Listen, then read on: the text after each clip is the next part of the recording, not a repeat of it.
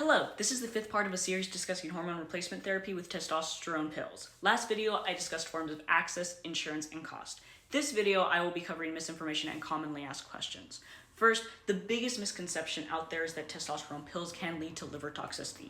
That information is covered in detail in the second video, which is up on my profile, but to sum it up, the three brands of pills that are prescribed for HRTT nowadays don't do that because they are not absorbed in the liver.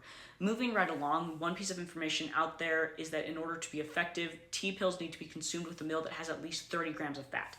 That was what studies originally thought, and in fact, I keep finding this information floating around on some trans resource pages, but BOT found that the testosterone levels achieved did not depend on the fat composition of meals.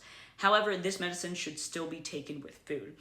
In terms of testosterone and gender-affirming care, oral T still has much of the same information as injections, gel, pellets, and more. The rate of transition and effects will largely depend on dosage, genetics, and your lifestyle. So think about like, what kind of food do you eat? Do you eat enough? Do you stay hydrated with water? And level of physical activity and more. Though T usually does stop the menstrual cycle, it should never be used as a form of birth control since you can still get pregnant on testosterone. Additionally, before you start any form of T, healthcare providers do cover information such as egg freezing and potential fertility effects that HRT might have.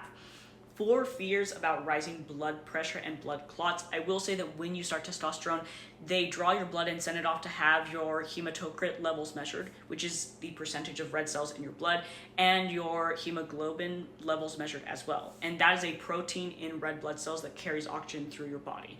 For the first year of your transition, you should go in every 3 months to get blood drawn and have those same levels read, along with your level of T. This helps catch if the levels get too high, too low, if there's any weird spikes, and then they can adjust accordingly in a safe manner, so that way nothing goes awry.